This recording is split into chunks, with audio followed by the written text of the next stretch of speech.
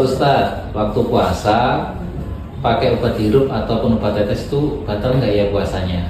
Oke, tentu secara aturan kalau kita memasukkan benda ke mulut kita di bagian-bagian yang berlubang di tubuh kita, tentu itu bikin puasa kita batal. Nah, contoh misalnya masukkan air degan kepada mulut, itu batal. Lalu memasukkan nasi padang ke mulut, batal juga.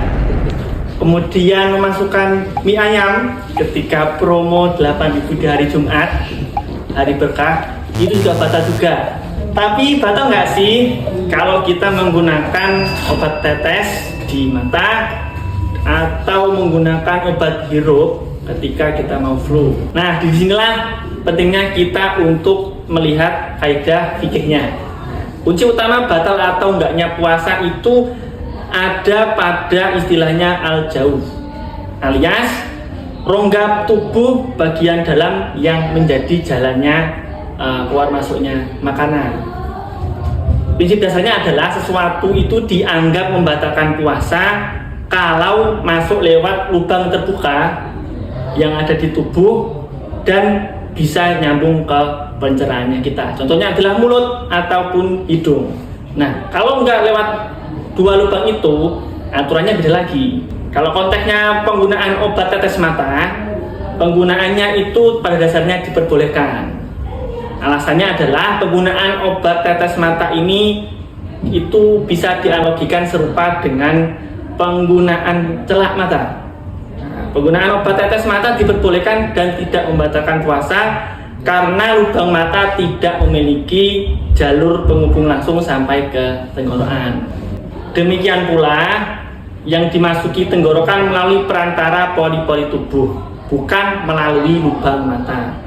Sebagaimana kasus kalau kita sedang mandi mengguyurkan air ke seluruh tubuh kita, kemudian kita merasakan kesegaran, itu tidak membatalkan puasa kita karena masuknya air itu bukan melalui lubang, melainkan melalui pori-pori yang ada di tubuh kita. Lalu bagaimana tentang penggunaan obat hirup?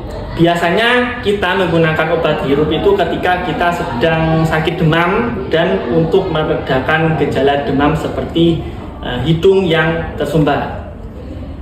Nah, bisa juga teman-teman yang mengalami penyakit asma itu biasanya menggunakan inhaler untuk mengurangi gejala asmanya. Gimana kalau kita menggunakan dua alat tersebut?